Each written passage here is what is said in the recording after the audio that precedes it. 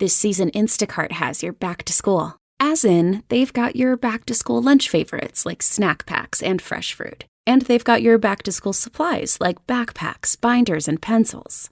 And they've got your back when your kid casually tells you they have a huge school project due tomorrow. Let's face it, we were all that kid. So first, call your parents to say, I'm sorry. And then download the Instacart app to get delivery in as fast as 30 minutes all school year long. Get a $0 delivery fee for your first 3 orders while supplies last. Minimum $10 per order. Additional terms apply. It's a good thing baseballs already have stitches. Because the way these ball players are hitting them? Yeah, they'd need stitches if they didn't already have them. So the next time you're watching a poor little baseball smacked off the wall in center, keep that little fella in your thoughts. It's hard to be a baseball right now. Baseball is something else. Major League Baseball trademarks used with permission. Stand by for an urgent bulletin. This is the Bob and Jeff Show, starring Bob Lutz. Who's better at this job of radio? You shut your mouth when you're talking to me. Jeff Lutz. Really good to great, depending on the day. Wow! Hey! Isn't that exciting? 97.5 and 1240 KFH. It's showtime, baby! You'll go wacko, bananas, nuts, crazy, unbelievable! Hello again, everybody. Welcome a Thursday edition of the Bob and Jeff Show here on KFH Radio. I'm Bob Lutz, Jeff Lutz co-hosting. Max Power is our producer and our engineer. 869-1240, that's the IHOP hotline.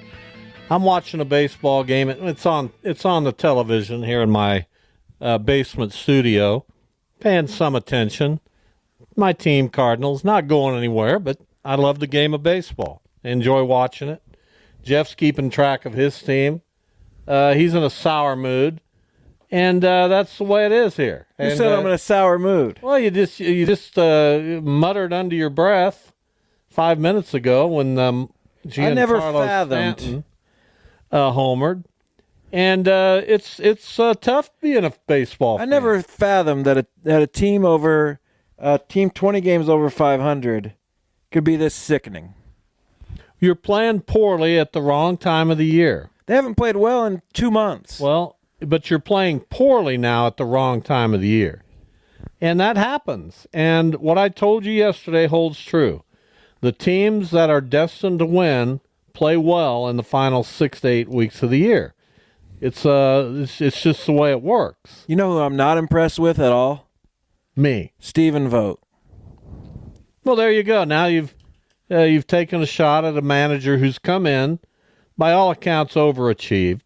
No, with a he roster that he has no feel. He's got no feel for trends. He's got no feel for what a team needs. Doesn't seem to have any feel for coaching and developing. Well, you loved him a month ago. No, well, I don't anymore. No feel. And it takes a while to. Why am I? My team's 2 games under. They've played pretty poorly for the last month. Yet here I am with some level of. I just told you, watching Victor Scott play excites me. He's hitting about 140, but he excites me because I think it's there. I like to, as you know, kind of stake my reputation on things. I believe in that kid. I think he's going to be a very good Major League Baseball player. And those are the things I hold on to as my team has pretty much crumbled. Well, you hope he's going to be a good Major League. Right. But I also think he's going to be. Maybe he will, maybe he won't. But we all get caught up in young players and prospects. And not all of them. We all hope. Not all of them. He has certain attributes that make him stand out. And you saw one of them just a minute ago where he hit a ball into left center field. Maybe one out of every 100 players could turn that into a double. He's one of those who can with his speed. That excites me. I'm not going to be the pessimist, even though we just fly it out with the bases loaded, which we do.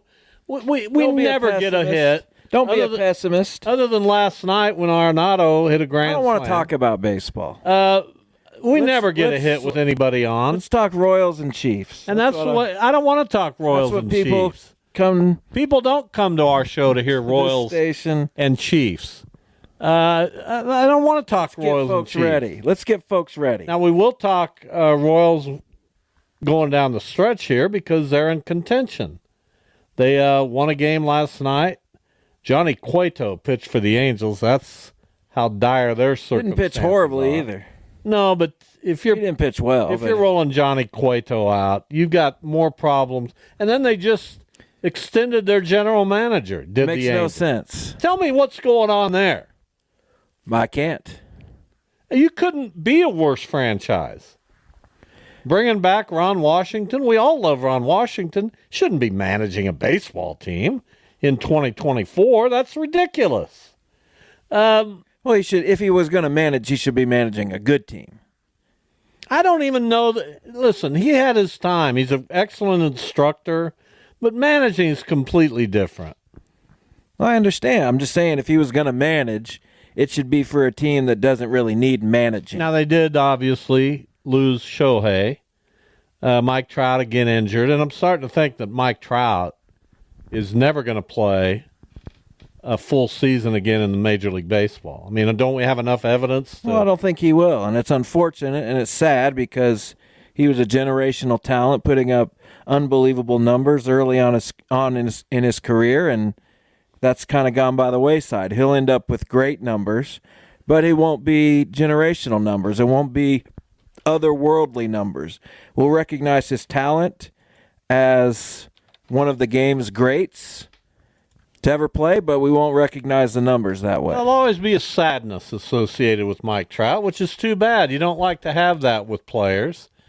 There's even a sadness associated to some degree with a player like Mickey Mantle, because you feel like, as great as Mantle was, and check the numbers, you feel like he left a lot on the table. Could have.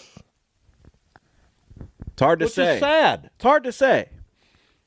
Well, I think through his injuries and his lifestyle, even Mickey Mantle acknowledged it late in his life. Probably, yeah, he did. That he, regretted some of his antics. But still, the numbers are overwhelming for Mickey Mantle. For Mike Trout, I'm not sure. They are great. He's certainly one of the great players of his era. Is it enough, in your opinion, to get him into the Hall of Fame? That's not even a question. He's first ballot. Well, wait a doggone minute. That's not even a debate. Wait a minute. It's not a debate. Well, why am I having a debate then? I'm not sure, to be completely honest. Let's see here. Zero question about that. He's not driven in 1,000 runs yet. He will. I think he'll still play. He's only at 980. He has 378 home runs. That's certainly... He spent a lot of time in the leadoff spot. I'm sorry, he's at 954 RBIs. 1,600 hits. OPS of 991, which is superb. So I would probably, a 3-time MVP. I would agree with you. Right. But the numbers could be so much better. They could be right up there. That's what I said. He's played since 2017. Now, he was an Iron Man from 2013 to 2016, played in at least 157 games every year. In 2017, 114. In 2018, 140. Drove in 122 runs that year. Had his highest ever OPS of 1.088 and an OPS plus of 198.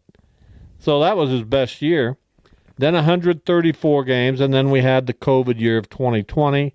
He only played in 36 games in 2021, 119 in 2022, and then 82 and 29 the past 2 years. It's trending the wrong direction for old Mike. But these are his prime years. He's 32. He's missing his prime years. Well, I think he probably wouldn't have the numbers that he put up without the way that he played, which was all out, and he's a big guy, and it's probably going to be injured at some point anyway. You know how many playoff series he's been in? One. You know who it was against? The Royals. You know who saw it? I was there. You were there? No. But I watched it. Does that count? I was there. It's unfortunate. He shouldn't have. I don't like people who do what I just did. My apologies. What did you do? I was there. Like, so what? I don't like people who tie themselves to a terrible franchise for their entire careers, and then neither of those sides gets the most out of the relationship. Well, I feel terrible for Mike Trout, although he made millions upon millions of dollars. Yeah, I'm sure he's. I'm sure he feels happy with his life overall, but maybe not as happy with his career overall. Here's another one. Joey Votto announces his retirement yesterday. Sails in. He'd been with the Blue Jays. I don't think he'd played very much, but he had played some in their AAA team. He retires. Hall of Famer. Sails in. First ballot. First ballot? No question. First ballot? No question. Well, I don't know, man. No question. 920 career OPS, 1,144 RBIs, 356 homers, 2,135 hits. Yeah, I don't know about sailing in. He's sailing in. I don't know. He'll get 85 to 90% of the vote on his first ballot, and he'll sail in. Does CC Sabathia sail in? I sure hope so. I told him at our function a few weeks ago that he's a first ballot Hall of Famer. You think he appreciated that, or you think he felt like, what's this clown? He probably felt like you were pandering a little bit, but that's okay. Well, I don't care. But I think so what?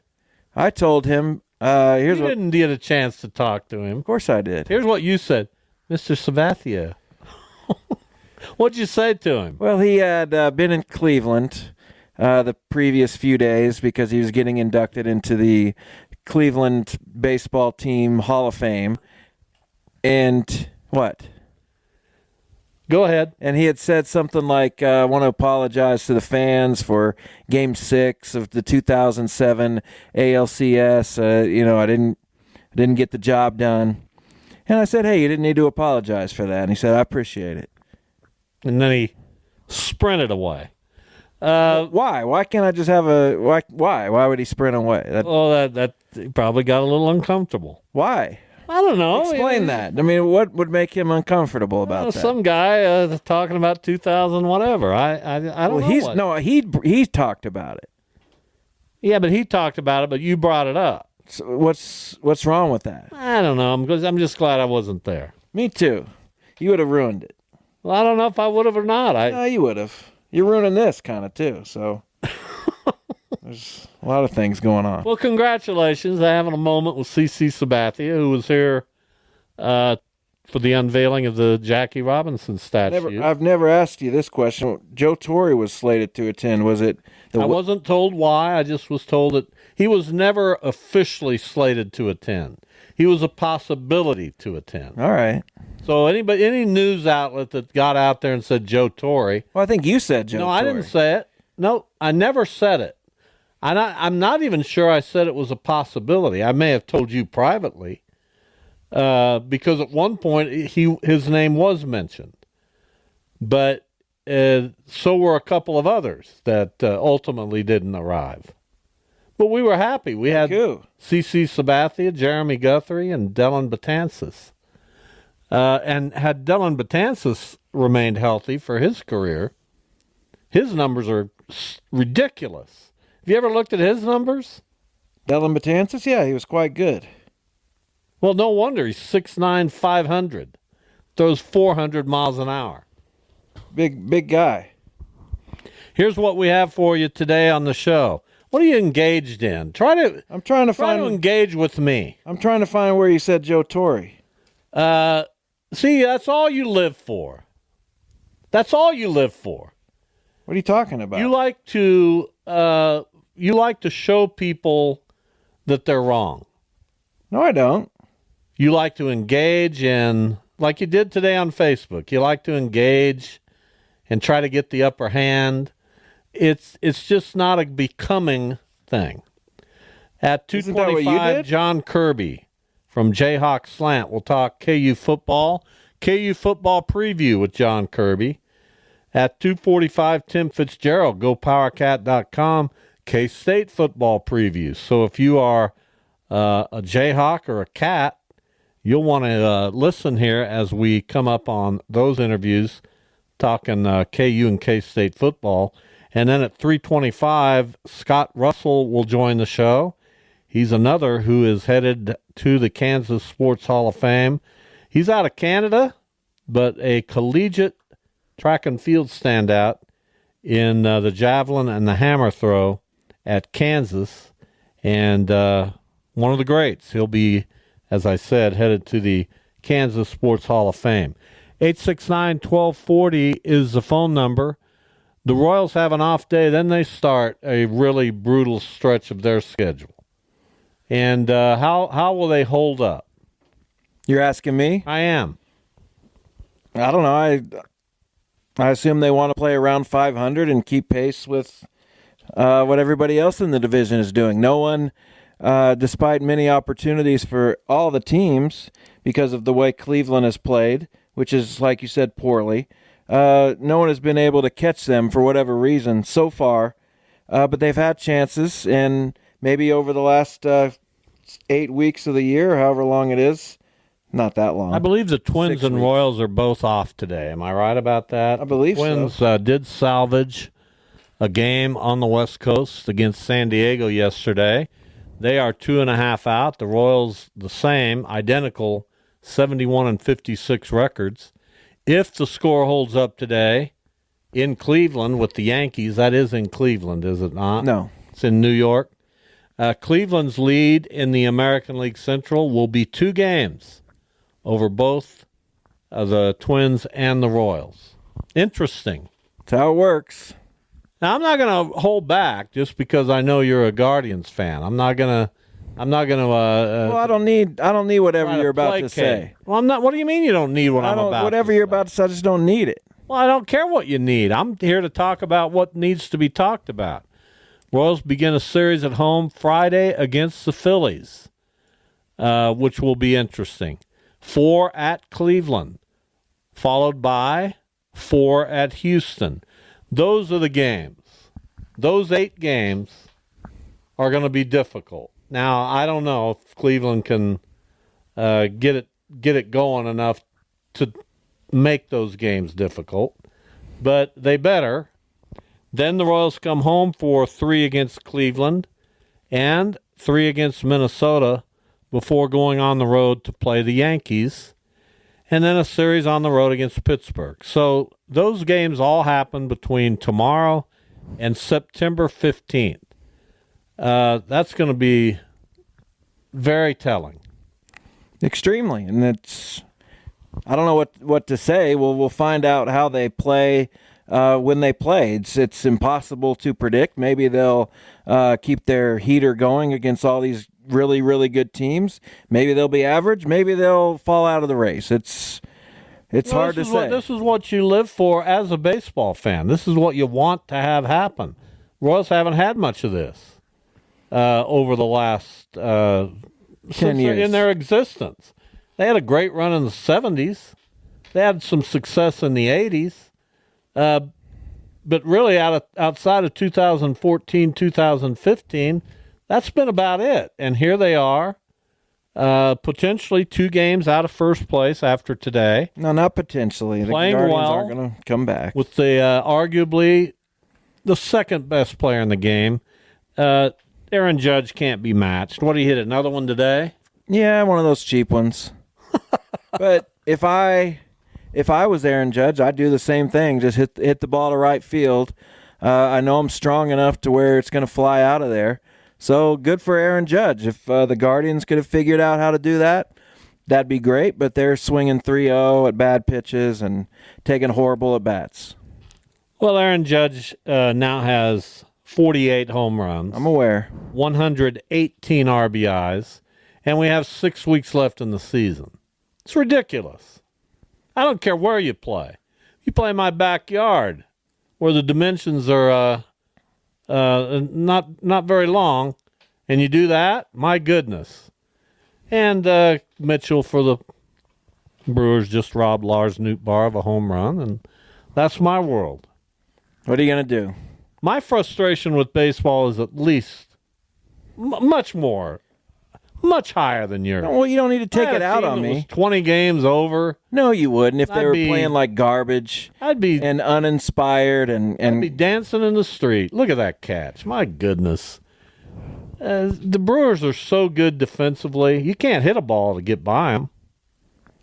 That's part of what makes a really good team. It's not just hitting and pitching. You got to run the bases. You got to play defense, do the little things well. All right, we're ready to preview some football. We've been doing it for the past week and a half or so, and we're going to hit home today. Tim Fitzgerald at 2:45 talking about Kansas State. But up next is John Kirby from Jayhawk Slant. We'll get his thoughts on Kansas. The Bob and Jeff Show here on KFH.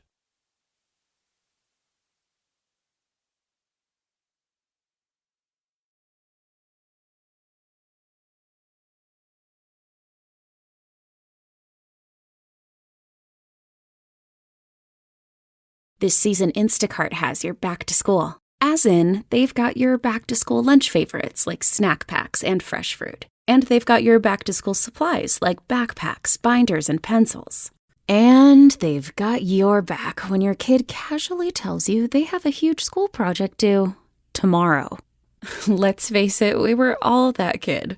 So first, call your parents to say, I'm sorry. And then download the Instacart app to get delivery in as fast as 30 minutes all school year long. Get a $0 delivery fee for your first 3 orders while supplies last. Minimum $10 per order. Additional terms apply. For the first time, U.S. subscribers can stream MLB Network 24/7, including select out-of-market games. Swing and a drive. It's deep. It's gone. Yes! Stream minor league affiliates. Home run number 1. Or track pick number 1. Plus, get MLB Big Inning and live audio for all 30 teams. Baseball can't get better than this. Experience the game like never before with MLB Network and At-Bat, your all-in-one baseball destination. Only $6.99 per month. Visit MLB.com/AtBat for details. Blackout and other restrictions apply. MLB trademarks used with permission.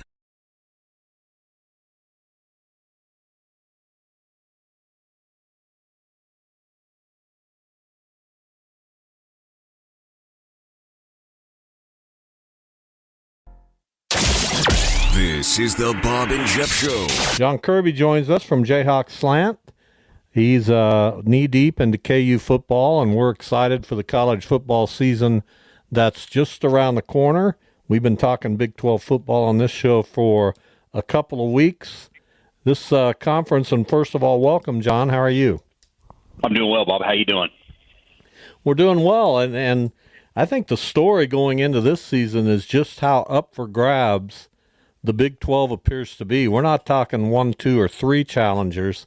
It feels like there's multiple teams that go into the season thinking they got a shot. Yeah, we do a podcast, and I had Phil Steele on. I always like Phil. I think he's pretty knowledgeable. He said he's got 9 teams that he thinks could come out of the Big 12 somehow, some way among the top 2. I mean, I thought that was a little much, but you're right. I think that goes to show you that, this thing's wide open, and there's going to be some key games where it comes down middle into the season that's probably going to factor in how it all plays out.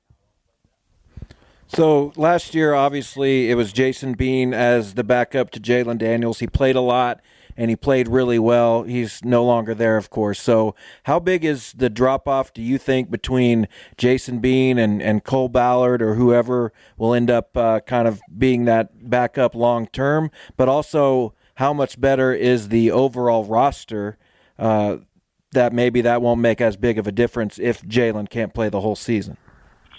Well, the overall roster is really good. I mean, now they are senior heavy. Okay.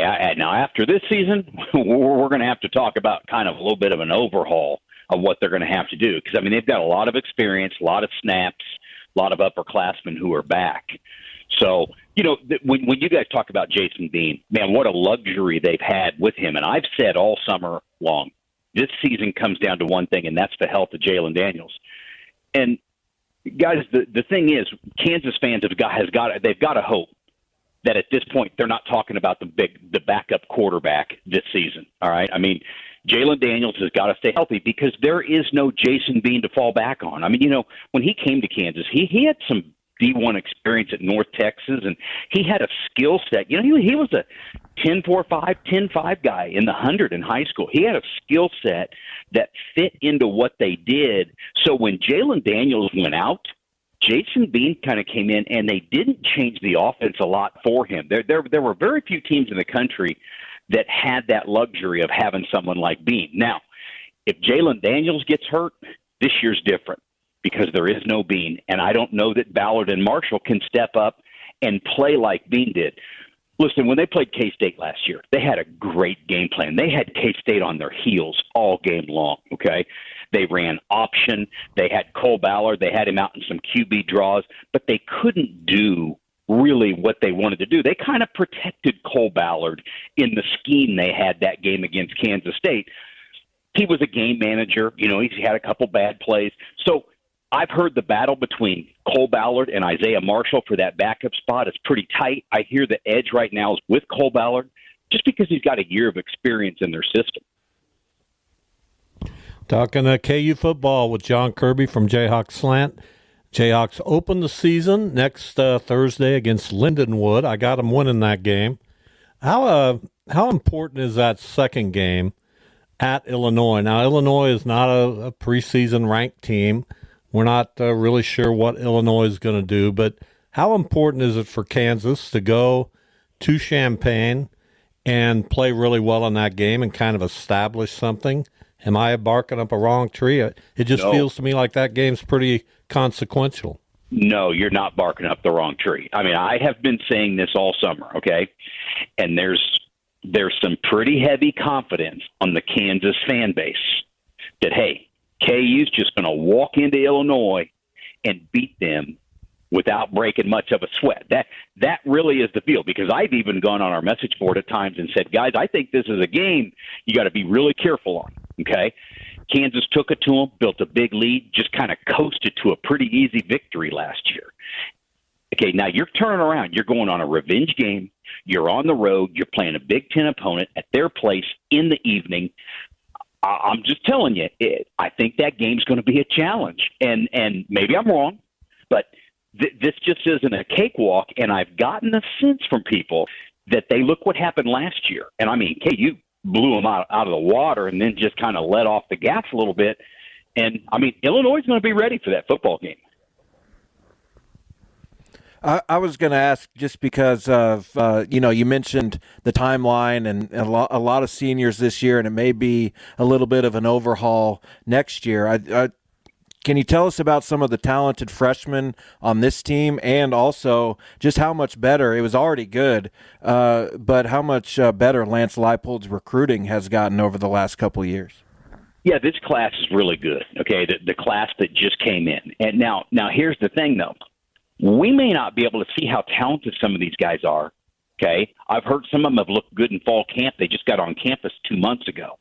But I've heard some of them have looked good in fall camp. But the problem is, guys, you're talking about a team that is returning 85, 90% of their starters. You're talking about a team that's basically going to start a bunch of seniors. So, you may have some guys on the O-line who look good. They're just buried right now because there's so many guys returning. You might have a young receiver who looks good, but Kansas returns their top 5 receivers. You might have a running back who looks good, but they return their top 3 running backs. You see where I'm going with this? I mean, there are kids who are in the program that have talent and have ability, but I don't know if some of them are going to get on the 2 deep just because of what's returning. Interesting stuff from John Kirby from Jayhawk Slant. We're talking KU football with the new Big 12 and all the new teams that have come in the past couple years. Certainly no more balanced schedule, and the schedule I'm caught up in them because they mean a lot. And there are some ranked teams in the Big 12 going into this season: Utah, Arizona, Oklahoma State, Kansas State, Kansas. But on KU's schedule is only one of those, and that's Kansas State. This is a pretty favorable schedule to have a pretty monumental season.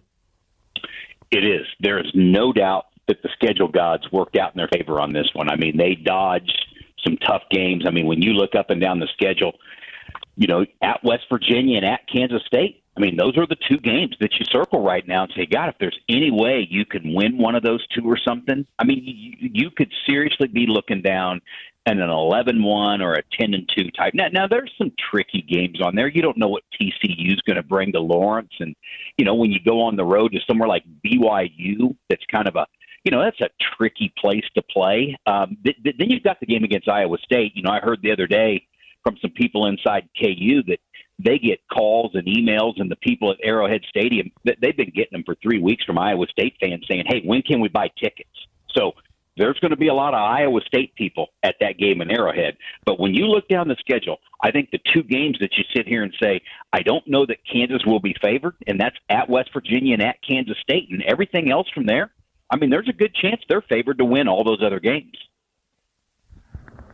Can you tell us there's so many good players on this team. You've talked about it. Is there anyone returning who can find even another level than what they've done in the past? Is there anyone who hasn't quite maybe reached their ceiling yet that we can look for that this year? Yeah, there's a few, and I've got to start with Jalen Daniels. I mean, this is a guy, not long ago, people were talking about him in the Heisman race, okay? The problem is he just hasn't been able to stay healthy. So when you talk about a guy with a ceiling or someone that hasn't shown what he can do, we want to see what Jalen Daniels can do if he can stay healthy for an entire year, because I think he's a pretty special player. I mean, I've seen a lot of lists that a lot of people have him in the top 10 quarterbacks in the country and definitely among the top quarterbacks in the Big 12. So to me, that's the key, is can he stay healthy? And then if he does, I think, Bob and Jeff, I think that we're going to see what he can do for a whole season, because we haven't seen that yet. Kansas has, I'll tell you, one of the deepest positions they've got on the team. Their defensive tackles.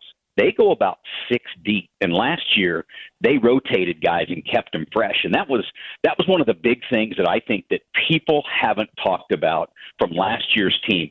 Kansas's defense went from 12th in total defense to 4th in the Big 12 last year.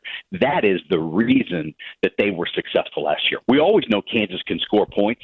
We didn't know if they could stop anybody. Last year they got off the field more. And one of the reasons was they have some guys who can rotate on the inside. They had 5 guys who played 150 more snaps on the interior. A lot of those guys are back, and some of these young kids have looked good in camp. I mean, they're going to go 6 defensive tackles deep. So, I mean, that is something to watch through the season, because I think they're going to be able to hold up on the defensive line. Talking to KU football with John Kirby from Jayhawk Slant. So I got to ask you about this season, where the home games are going to be played at Arrowhead Stadium, and then the unbelievable project that's going on campus at KU for the new football stadium there, $400 million. I've been around a long time. I'm not sure I ever thought we'd get to this day where Kansas was investing like this in football. I've always thought KU was a sleeping giant. It seems to be waking up. Tell us about playing this season at Arrowhead, and then the future of Kansas football in that new facility in Lawrence. Yeah, the first 2 games are at Children's Mercy Park. So I think that's going to be a great atmosphere. It's kind of a smaller stadium, a little bit more enclosed. Everybody's right on top of the field. And there's only, 18,500 or 19,000 seats that are going to be there. So your season ticket holders are going to take up most of that. And then I've heard there's going to be a smaller allotment for students to get in. Those first 2 games will be sold out, but I think it's going to be a great atmosphere, and it's going to be loud just because I think it's going to be a packed stadium in the way that thing's built. Then when you go to Arrowhead, the question is going to be, can you capture more KU fans in Kansas City that maybe didn't get to Lawrence for games, but with the game being in Kansas City, they say, hey, we're going to go over to Arrowhead? Because I tell you this right now, there are KU fans who don't have season tickets to KU football games, but they have season tickets to the Chiefs. Okay, so it'll be interesting just to see what they can draw there. And then obviously with the facilities coming in, guys, I mean, it's $450 million right now. And when I'm around there, I'll look up at the stadium and you can just see the progress coming in. The other day we were in the indoor for media day. I mean, that indoor facility, it's very nice. They just built that not too long ago. So when you take the renovation they're doing with Anderson Family Football Complex and then what they're doing with the indoor and then what they're doing in the booth, I mean, there's not going to be much left to fix. I mean, everything's going to be looking pretty good. And I can't let you go without asking you about my personal favorite Kansas player, and that's running back Devin Neal. I love watching him play. I think he's primed to have just an incredible season. I think he's going to go to the NFL and be great. Am I wrong about any of that? No, I don't think so. I mean, he's a talented guy. I thought the one thing last year, I've always said I wondered about Devin's top-end speed, but last year, I've been meaning to ask him about this, but he played faster last year. And when he hit some holes and some creases, he got past outside linebackers and safeties and got into open space for some nice runs. So, yeah, he's got everything. I mean, he's strong. And I'll tell you, Bob, one of the things that helps Devin Neal, another guy, he's been banged up here and there the last couple of years because they end up relying on him so much. A healthy Daniel Heishaw behind him, I think, makes Devin Neal better because he takes some of those bumps and bruises away from him later in the season with some of the carries. So, yeah, hey, Devin Neal, listen, he's got a chance to leave out of Kansas in the record book. So, I mean, when he's all said and done, he could be the leading rusher in KU football history. All right, we really appreciate it. Lots of information to digest. John, thank you so much. We'll talk to you as the season unfolds. Hey, guys, thanks for having me on. John Kirby from Jayhawk Slant, our KU football preview. It's only Thursday. Feels like Friday in some ways. It does. Tim Fitzgerald may or may not join us. He's got a physical therapy session, coming up at 3, so I've given him the option of being on tomorrow. We'll see. See what he does. We don't want him to hurry. We don't want to hurry through K-State. I'm very interested in learning about the Wildcats. I feel like these Big 12 football previews have increased my anticipation for the season. Sure. I wouldn't argue with that. Do you care about the season? Trying to think about whether I'm going to choose to care about college football this year. Now, will I watch it? You got a daughter up at K-State. And will I pay attention? Sure, I'll do all that. But will I truly care? And for me, at this stage of my life, caring equals investing in something more than just I like the game. So will I watch all K-State's games? Will I watch all KU's games? Well, no, I won't do that. I'll watch as many as I can. Will I watch Notre Dame? But I'm not talking.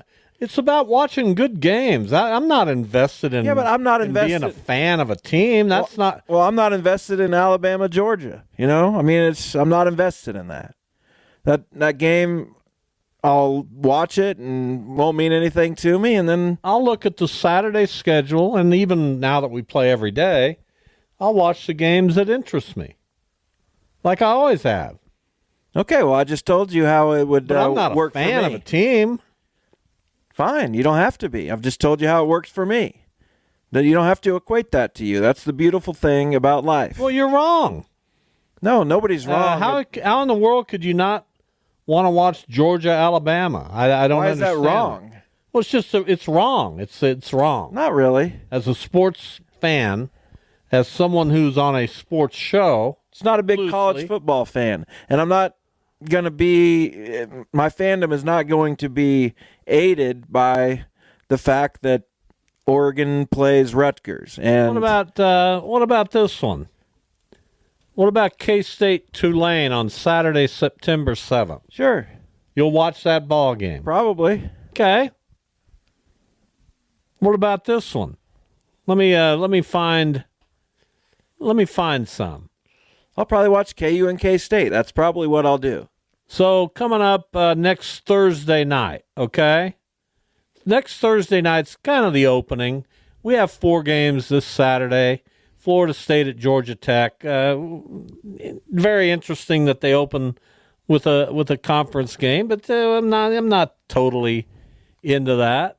So some conferences do that. Coming up the first weekend, I'm trying to find the game.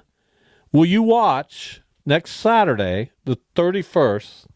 Will you watch Clemson at Georgia? No. Well, that's just.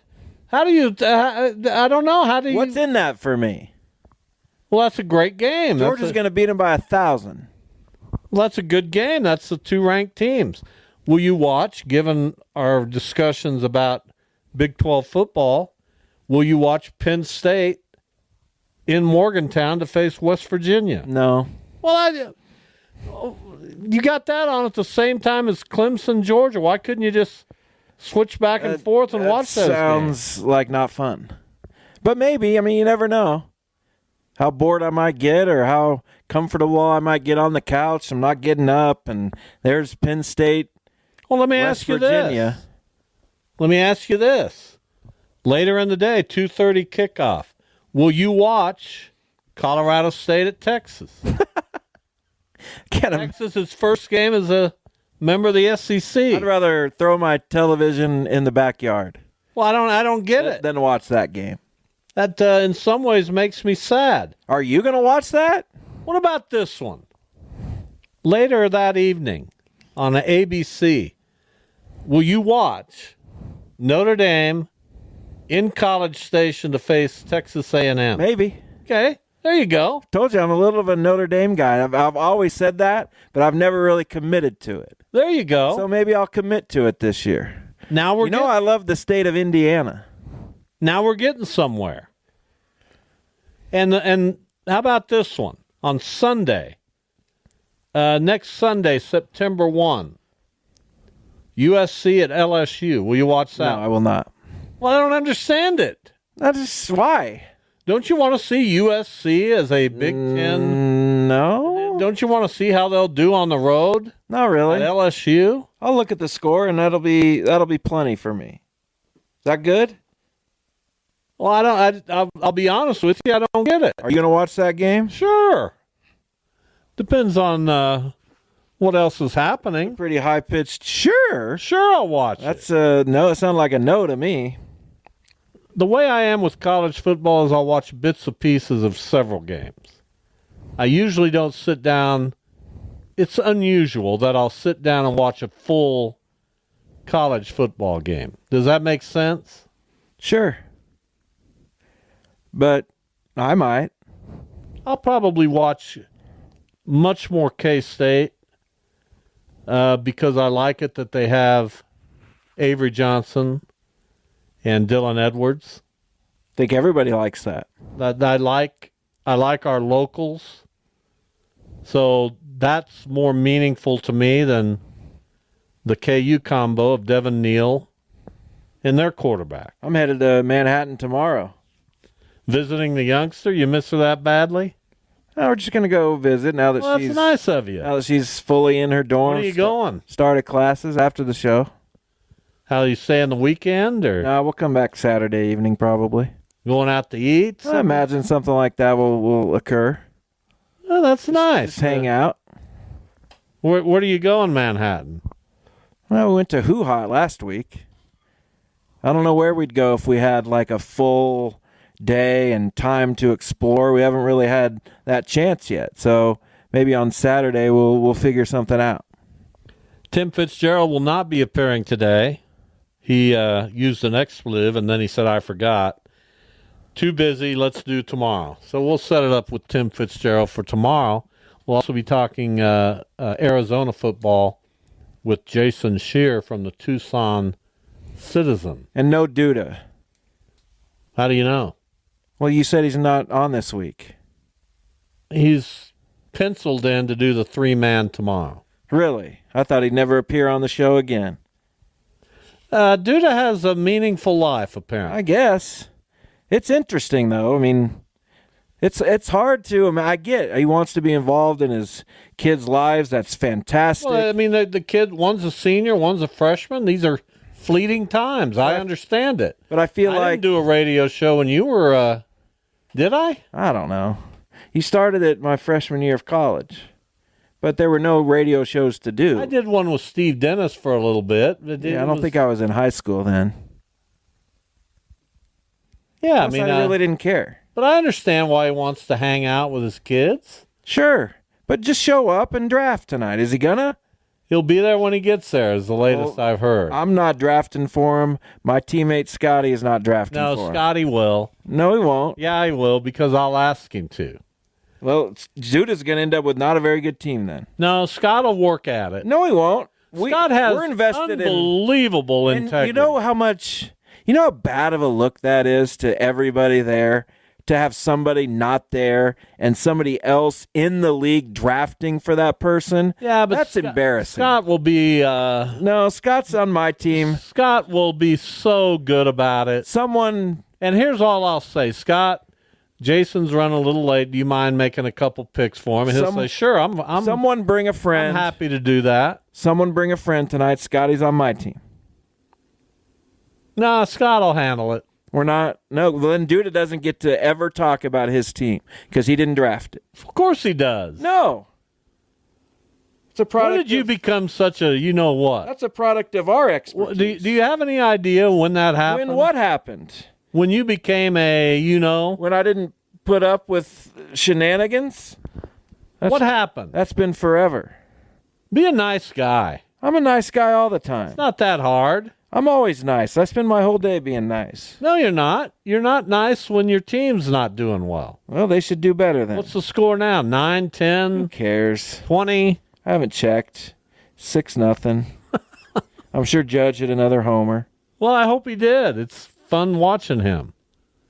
6-0 in favor of the Yankees.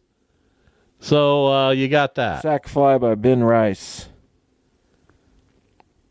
All right, we'll come back with one more hour. We promise you Tim Fitzgerald tomorrow as we preview Kansas State. It'll be our last preview. We'll try to get him for 2:45 tomorrow. We look forward to it. We'll be back. The Bob and Jeff Show, KFH. Radio. Boys and girls. It's wild, it's wacky, it's slick, it's savvy, it's the madcap, daffy, fractured, ding-a-ling, ring-a-ding, loony, zany, side-splitting, rib-tickling, slap-happy, scuzzy, dreary, irksome, tedious, banal, pointless, smutty world of... The Bob and Jeff Show, starring Bob Lutz. Let's be real. I'm all about being real. Well, I mean, I'm real all the time. Dynamic, isn't it? Jeff Lutz. Let's be real. Me likey. 97.5 and 1240 KFH. Stand by for action. All right, we are back. Hour number 2, the Bob and Jeff Show, KFH Radio. Bob Lutz, Jeff Lutz co-hosting. Max Power, our producer and engineers, 869-1240. That is the number for the show. The IHOP hotline, don't forget. Pancakes, all you can eat until September 15th at IHOP. All right. Cardinals still scoreless in their game against the Brewers. Who's pitching for the Cards? Miles Michaelis, who had, I don't understand how he pitched well, but he did. And here we are in the 7th of a scoreless game. And not that I'm going to belabor that, because most of the listeners don't care about the Cardinals, and I completely understand that. This is Royals country, and they're not playing today. All right. And this is all I got. You don't want to talk about your team. Sure don't. We talked a lot of college football in the first segment. If baseball's off the table for you, then talk about the Royals. I don't care. They deserve to be talked about. They're playing well. They have heart and spunk and did you know all 5 of their starting pitchers rank in the top 20 in the American League in earned run average? Now that they've added Michael Lorenzen, who 7 scoreless last night. Good for him. Good for them. That's incredible. I don't think you'd say any of them are going to win a Cy Young award, but they're all very good. And they throw a guy out there each and every night that's capable of shutting a team down. And when you have that, and you have Bobby Witt, and you have Salvador Perez, and you have Vinny Pasquantino, you can probably do some damage. I heard somebody on radio talk about the two teams that he thought, one from each league, that not many are talking about, but that he thinks could win it all. One was the Royals out of the American League, and as I've tried to say here, as I've said here, not tried to say, the Padres in the National. I think could win it all. They're playoff teams. We'll see who's playing well, and it's not even who's playing well. We'll just see who wins in October. It doesn't necessarily mean you're playing well if you go and win 2 out of 3 in a wild card series, or it's just you go win. That's all you really need to do. You can play every game to win. It's a different type of managing style. The stakes are obviously different. So I don't know. The winning the World Series now is unpredictable because there are 12 teams in the tournament, and it seems like there's no real advantage for any of them. Right now, your wild card teams in the American League are Baltimore, Minnesota, and Kansas City. Boston's 3.5 games out of that chase, and Tampa's 6.5 games out. Boston's really the only team we need to talk about as being a threat, and I'm not sure how big of a threat they are. Tampa would have been maybe because of their pitching, but one of their pitchers, I think, just went back on the injured list. Their offense has been kind of what it's been all year. Of course, Dylan Carlson had been playing fairly well for them. I don't want to hear about it. Well, that's another one that it's just unbelievable. Of course, Dylan Carlson, former Cardinal. And then in the National League, the wild card, Arizona, San Diego, Atlanta. Atlanta's righted its ship a little bit, but the Mets are only a game and a half out. The Giants 3.5 out. And then the Cardinals at 5, the Reds at 5.5, the Cubs at 5.5. I suppose feel like to be in the race, but I not suppose good. You say they're not completely out of it, but they're completely out of it. You'd think, but it's 5. It's 5 games. And that could change in a week. But you got to pass the Giants and the Mets. And the Mets are playing well. I told you Francisco Lindor is a great player. And he might win the MVP. He won't. Don't be crazy. Shohei will, but he could finish second. And don't get crazy on me. He's got 20. He's hitting 266 with a 815 OPS, 5.5 WAR. I'll give him that. I guess he's really good defensively. He's good offensively. He's good offensively. Steals some bases. He's a good player. I don't know that I think of him now as a great player. But he is. I don't think so. Oh, okay. Did you read Jeff Passan's article? No, I don't read Jeff anymore. You don't? What'd he say? Just read it. What'd he say? Stole the virtues of Francisco Lindor. He's a good. I don't think you can come away from that and say he's not a great player. I just don't. He's a good player. No, he's a great player. I don't agree. I'm sorry. Name 5 players better than him in the National League. Okay, you want me to? Yeah. All right. Hold on a second. And I'll do that with ease. No, you won't. Of course I will. There aren't. It's what I do.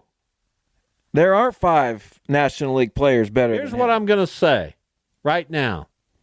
I'm going to go look at this home run list. And no, I'm not looking at home run lists. I'm looking at WAR. And I don't even think WAR is a great way to completely gauge. Shohei Ohtani. Too bad he got hurt, but I think Ketel Marte's had a better year than having a better year. He's not a better player. 30 homers. Ketel Marte is hitting. He's got a 930 OPS, so 100 more than 100 points better than Lindor. A 298 batting average. Francisco Lind. I think Ohtani, Marte are better.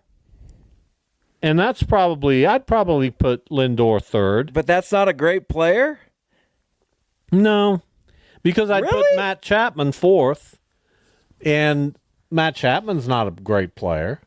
And he's got equal WAR to Lindor. There is up to 2 great players in the National League this year. Matt Chapman's I mean, you look at his numbers, he's a defensive standout. No kidding. And that means something, but he's not a great player. So you're saying that there might be 2 great players in the National League? Well, I think Ellie De La Cruz is on his way to being a great player. There's no on his way, either great or not. Well, what about Marcell Ozuna? No, okay, he's had a fantastic year. Francisco Lindor is on a Hall of Fame track. Marcell Ozuna probably is not. Probably. Well, I don't think he is either, but you're talking about a great player this year. Hall of Famer's pretty great. This year, Marcell Ozuna is a great player. Right. And by the way, remember when I talked to you about Victor Scott a moment ago? He's 3 for 3. And if you can unlock that guy, that's a potential great player, too. Victor Scott's great, but Francisco No, I didn't say. Did I say he's great? I said potentially he's great. Okay, well, the potential is in that kid to be a great player. Well, your standard for great is best player in the league. That's it. No, not necessarily. I'll tell you this, Aaron Judge, Bobby Witt, Gunnar Henderson, Juan Soto, they're all great, and they all play in the American League. Right. I wasn't talking. Great. We were talking about the National League. Jose Ramirez, great player.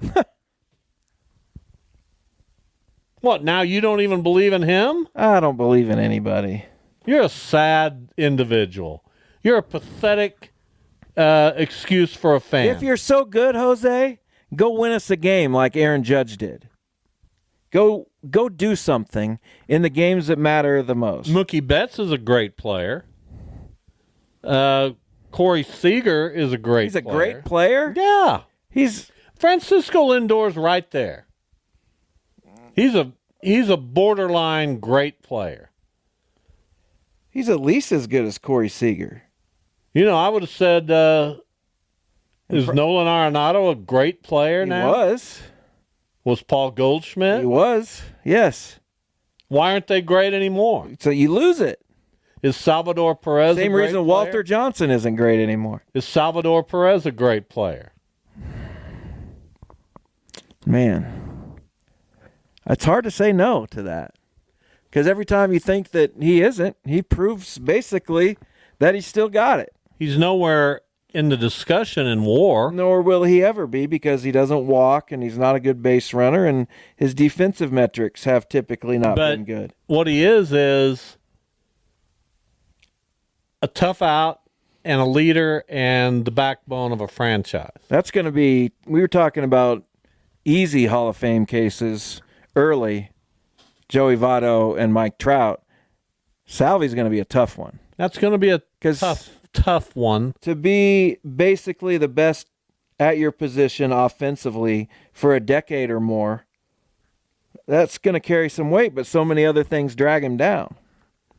Now, let me ask you this, and I'm afraid Victor Scott just got picked off, so that doesn't bode well for my... This team drives me bananas. Now I've even forgotten what I was going to ask you. Let me ask you this. That's not going to jog a 70-year-old memory. What did I just talked about? Salvy Perez. Yeah, it's not going to jog. Let me ask you this: is Yadier Molina a Hall of Famer? Probably. Not first ballot. It's going to be close. The greatest defensive catcher in history. I bet he'll get over 50% of the vote on the first ballot. And whatever happens after that, he'll be in at some point. Doesn't he have the respect of everyone, the longevity? There's so many guys that are going to look at the WAR, and that's all they look at. And they don't really delve into it as much as maybe they should. The fact that he played at a high quality for so long. Now, the last year wasn't very good, but up until then, it was pretty good. Right. He was basically good. Catchers don't do that. Throughout his career, and he had really good offensive years. The beginning and tail end of his career were not great offensive years, but several in the middle, he did have really good years. Whatever. We do the best we can. And I'm addicted to the game of baseball. That's just all there is to it. I can't get enough.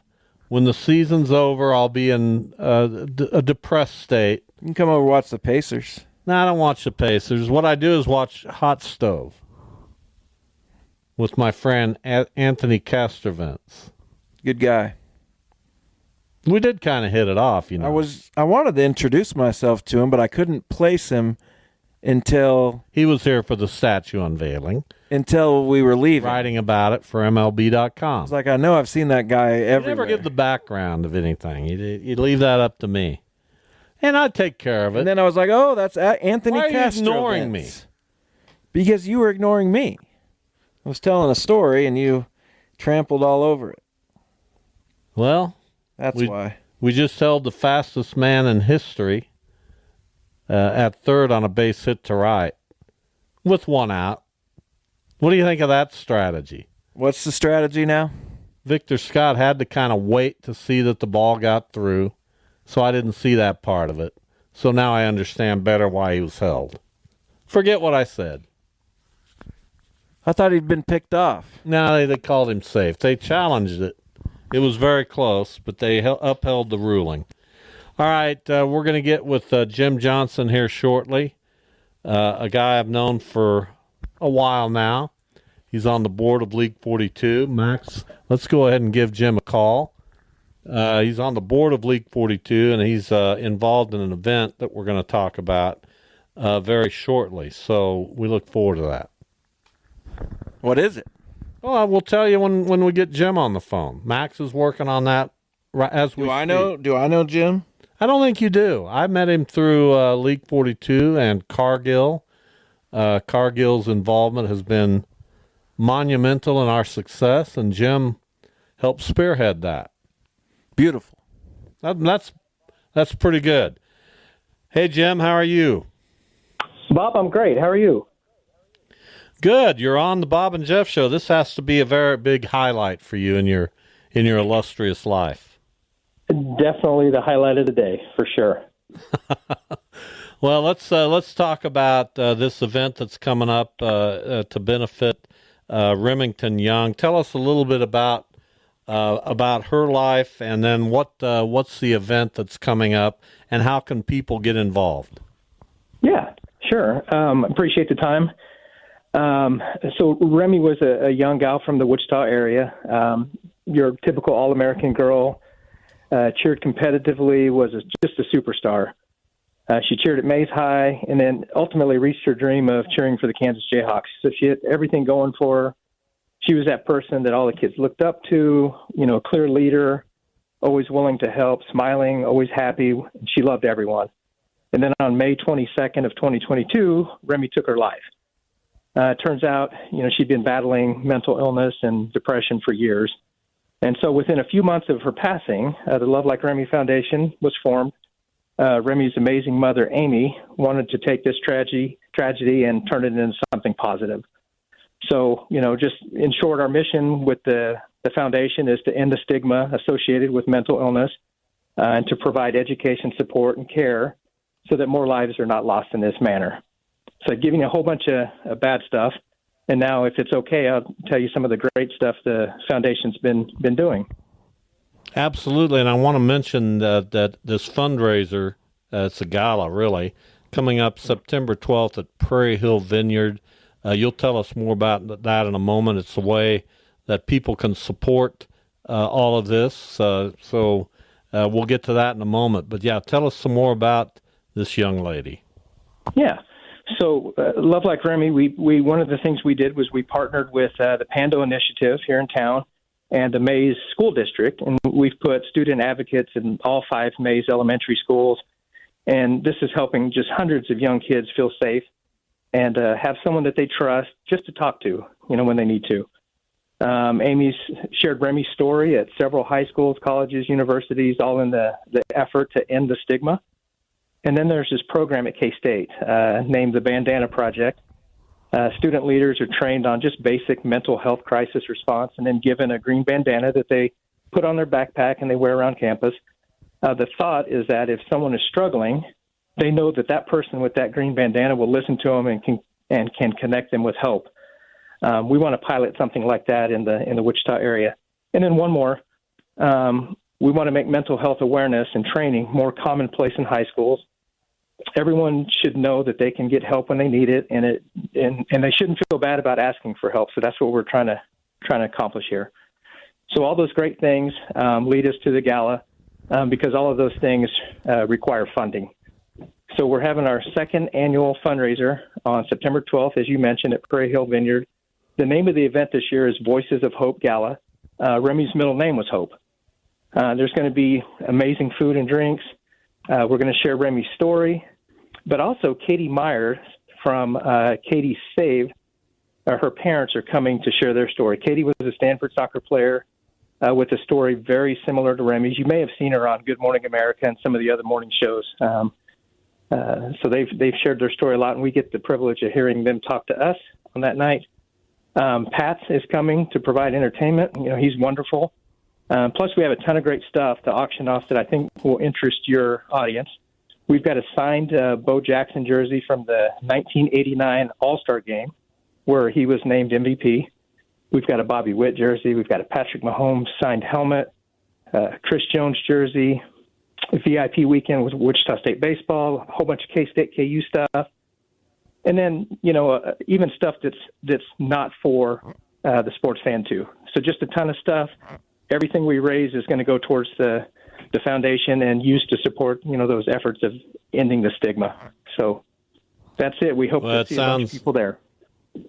Sounds awesome. For more information on Love Like Remy or to learn more about the Voices of Hope Gala, go to Love Like Remy, LOVELIKEREMI.com, or look for Love Like Remy on Instagram or Facebook. Sounds like it's going to be a great event. I know you and your wife are very involved, and kudos to you for that, and thanks for coming on the show today to talk about it, Jim. Yes, appreciate the time, Bob. Thanks a bunch. All right. We'll talk to you soon. That's Jim Johnson talking about a big event coming up here next month. All right. We'll take a break. When we come back, we'll visit with Scott Russell. He's going into the Kansas Sports Hall of Fame coming up in October. Ceremonies in Topeka. We'll explain his story and why he's going into the Sports Hall of Fame next.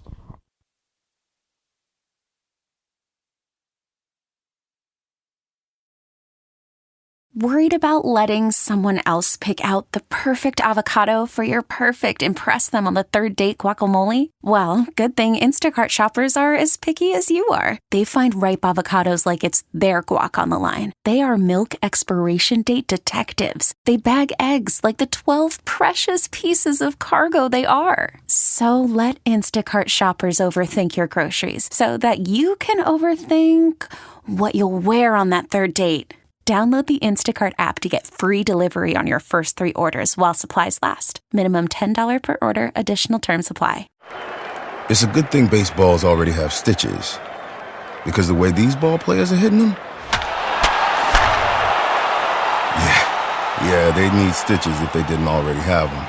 So the next time you're watching a poor little baseball smacked off the wall in center, keep that little fella in your thoughts. It's hard to be a baseball right now. Baseball is something else. Major League Baseball trademarks used with permission.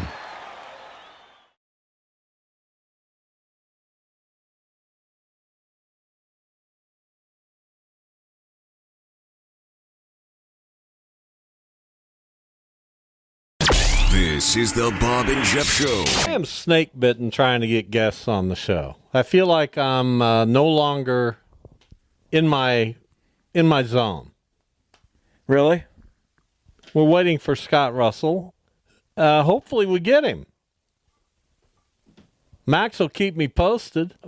All right, here we go. Scott Russell joins us. Maybe the most difficult guest I've ever tried to get. Hey, Scott. Hey, is this Bob? It is, yes. I told you right now I sound like Marge Simpson's sister. I do not smoke unfiltered Marlboros. Just a lot of teaching. I was a bit under the weather for a couple days to start the year as a teacher, so I've kind of lost a bit of my voice. Well, you're up there in the Kansas City area doing some coaching, some strength work. We'll get to that in a minute. Formerly Scott Russell, of course, from the University of Kansas.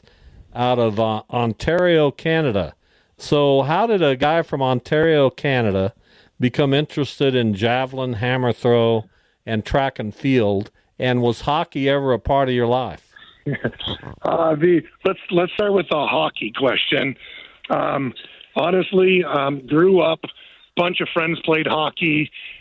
We played road hockey every weekend through the fall and winter until there was snow. I had a friend's coach ask me if I was ever good on skates, and I have to say good enough to stand on them, but I could never play the game.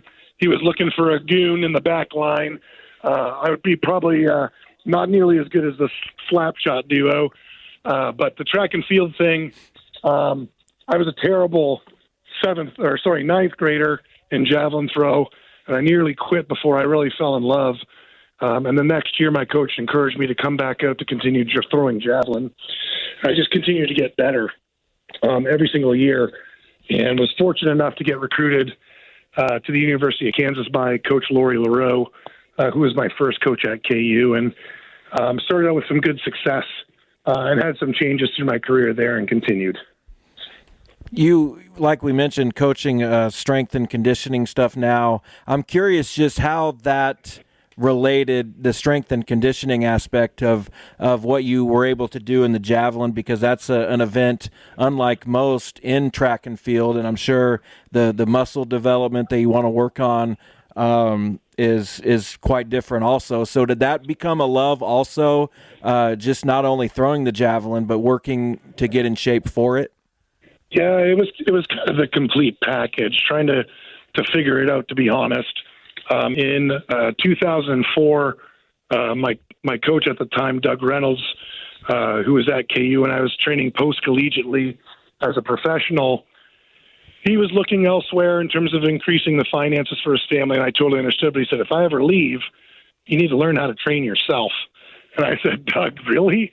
So he recommended a couple books, so I started reading, tried to figure it out, messed up a whole bunch on myself, and eventually got good enough at it that I could get strong and fast. And I ended up writing all my own training from 2004 through about 2008 through the Olympic year that I went in Beijing, and kind of fell in love with that process.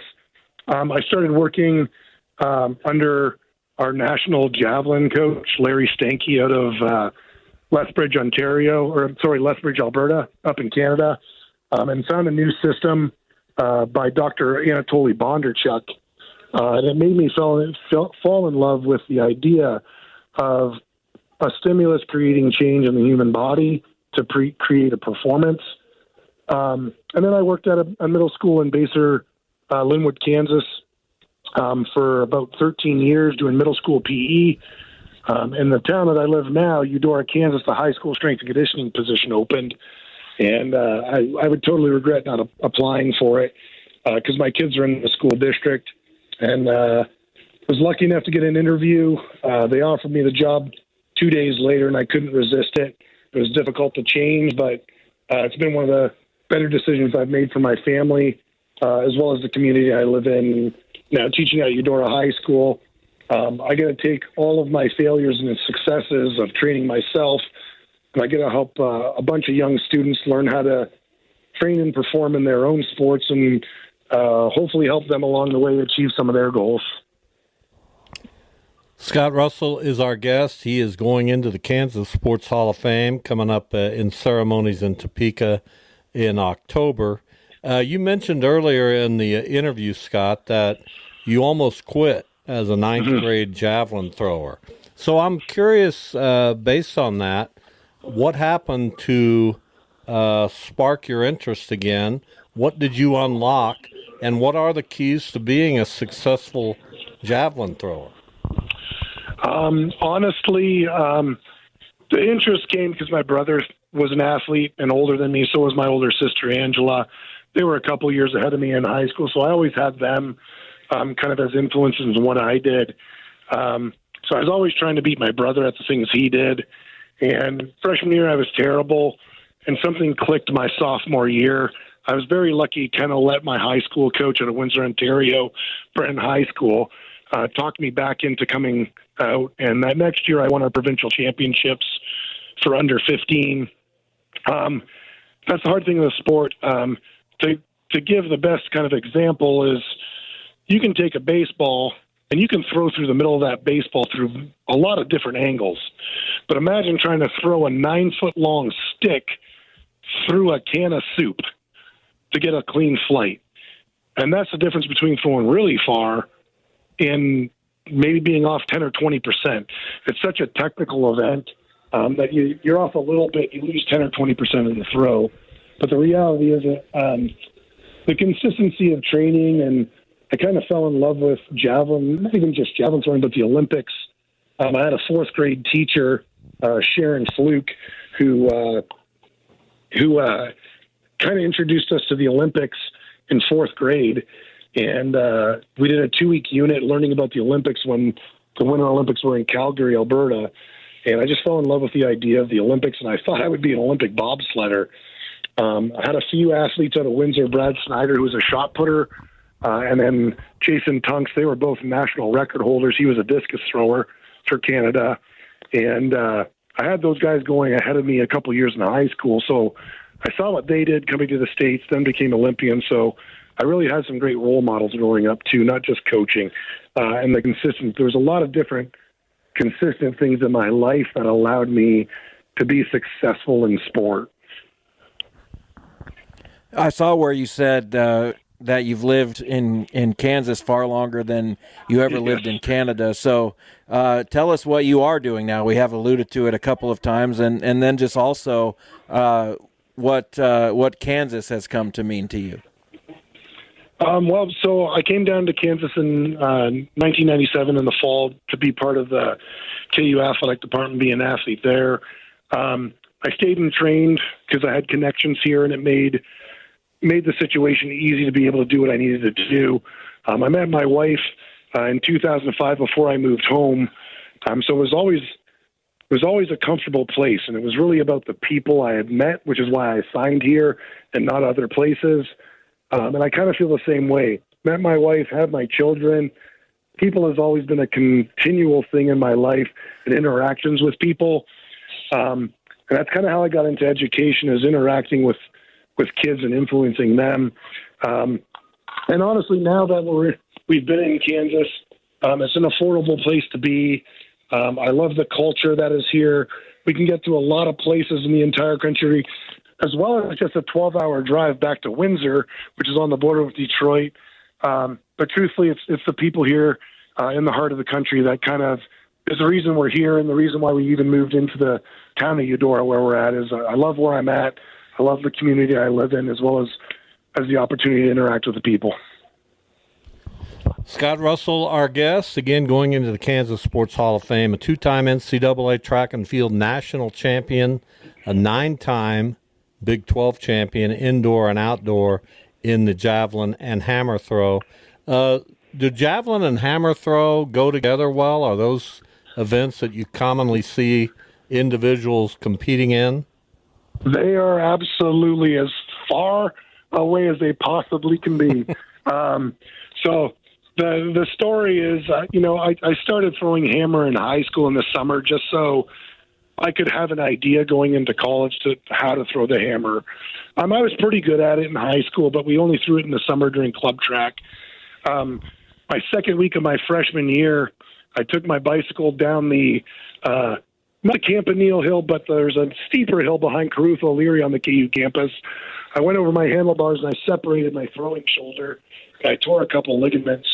So I was kind of stuck basically that fall with a left hand. I did not have my throwing arm. And I spent the fall doing a lot of indoor weight throw turns with my left arm, learning how to turn better and better. And I think that really aided me in learning the event, as well as having, again, that consistent exposure to that thing. Fell in love with the event and the speed of the event.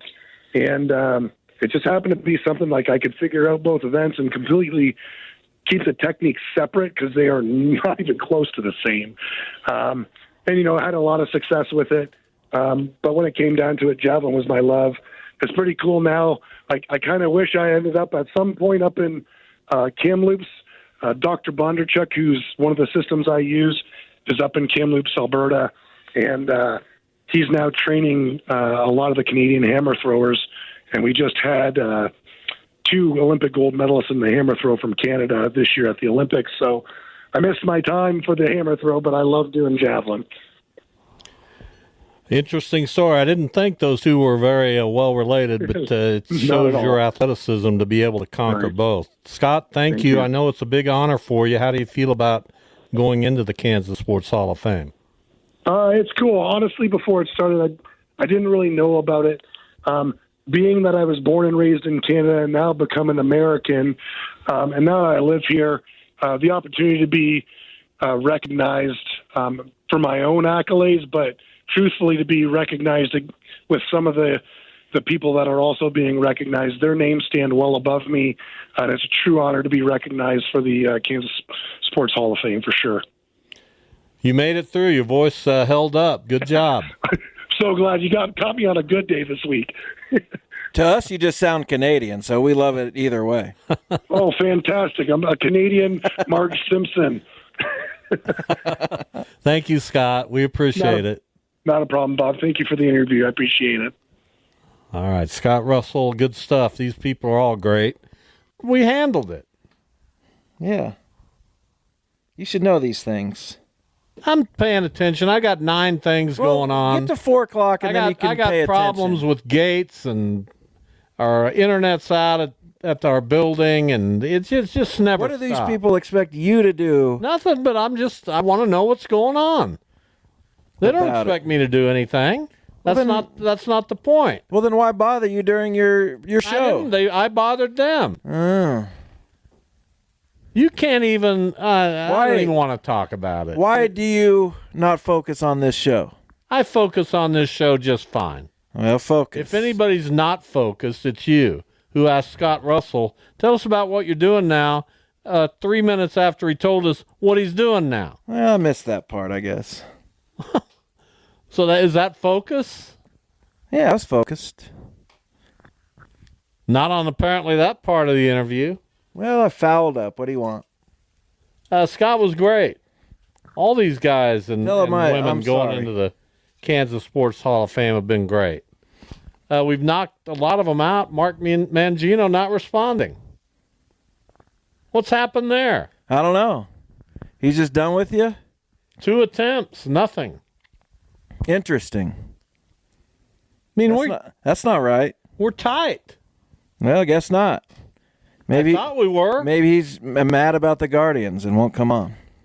Not everybody lives and breathes. You can tell by the crowds in Cleveland. Not everybody lives. Crowds are fine. Give them a product. Your crowds are okay. Not in the Royals last night had 12,000. What's going on with that? I don't know. I don't get it. It's not very Royals-like. They usually get behind their winners. That's a good team, an exciting team. They play clean baseball. They're fun to watch. Was it raining? No. And here they are struggling. Now, the Angels aren't a big draw, but don't you know going in that, hey, we got a chance We're going to win. You'd think that they'd be out there in droves to watch that. You would think. But that's not been the case recently. We'll see if it improves. We sure now, will. when they get to the playoffs, that place will be jam-packed, and every Royals fan you talk to will be like, I've been here all year. No, you haven't. That's what I don't. That's where I have difficulty. You making something up that somebody's saying and then arguing against them? I don't like it. Maybe they won't say that. They'll say it. Well, maybe. Probably not. They'll say it, and they'll say it loudly. It is interesting, only 12,000. That doesn't make sense. Now, what am I to make of the Cardinals winning 2 of 3 against Milwaukee? What am I to make of that? What, if any, meaning does that have? Now, they go to Minnesota for 3, and you better hope they continue to. Well, you better go do alive. something. But what am I to make of this? Whatever you want to make of it. They won 2 out of 3 against the best team, second best, third best team in the National League. And they've been playing terribly. Cut into that lead, and now it's 9. Well, I'm not worried. I'm not even worried about that. They're not going to win the division. I understand. That's my point. 10, by the way. But they are still in the wild card hunt. They have a very difficult schedule. After Minnesota, they come home to face San Diego. This could be, they could be, these next 7 games, they could go 1-6. Or you might be rejuvenated. But at least I'm interested. You're not even interested. Not really. Not until you're a terrible fan. Not I hope until your changes wife are made. I hope your wife just and the sad thing is, if they were to win 4 of their next 5, make some changes. I'm done. No, you're not. I've reached the breaking point. No, you haven't. Make some changes. Because you know, 4 Jeff, out of 5, I know you so well. 4 out of 5 will just be a mirage, and it won't mean anything, and they won't have changed. They had a 1-5 road trip. They batted in 57 innings. They scored 1 run in 5 innings. They scored 0 runs in 50 innings. So 1 run or fewer in 55 of 57 innings. That's what we're getting. So 4 or 5, great. Go beat Texas and some other dog team, and we'll love you.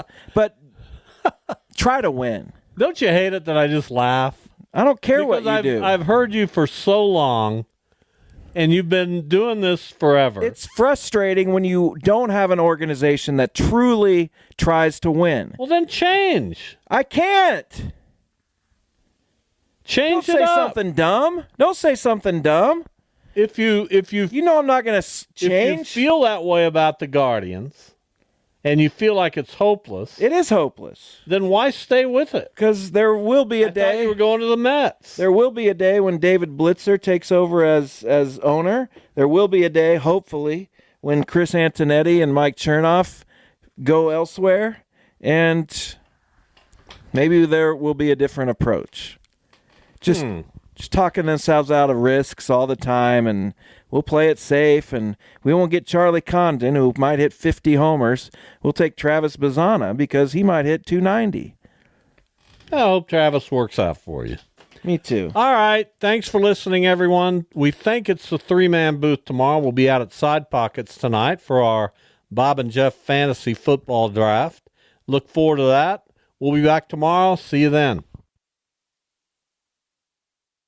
It's a great day to venture out in a spacious and capable Toyota SUV, like the new RAV4. With available all-wheel drive, it can go just about anywhere. And with plenty of passenger and cargo space, you'll go from morning carpool to weekend road trip without missing a beat. Plus, with available features like wireless charging and a touchscreen interface, your Toyota RAV4 will keep you connected no matter where you're going. Or check out a spacious Highlander. With seating for up to 8, it's a hub for family adventure. You'll drive in comfort and style with available heated and ventilated seats and all the latest tech.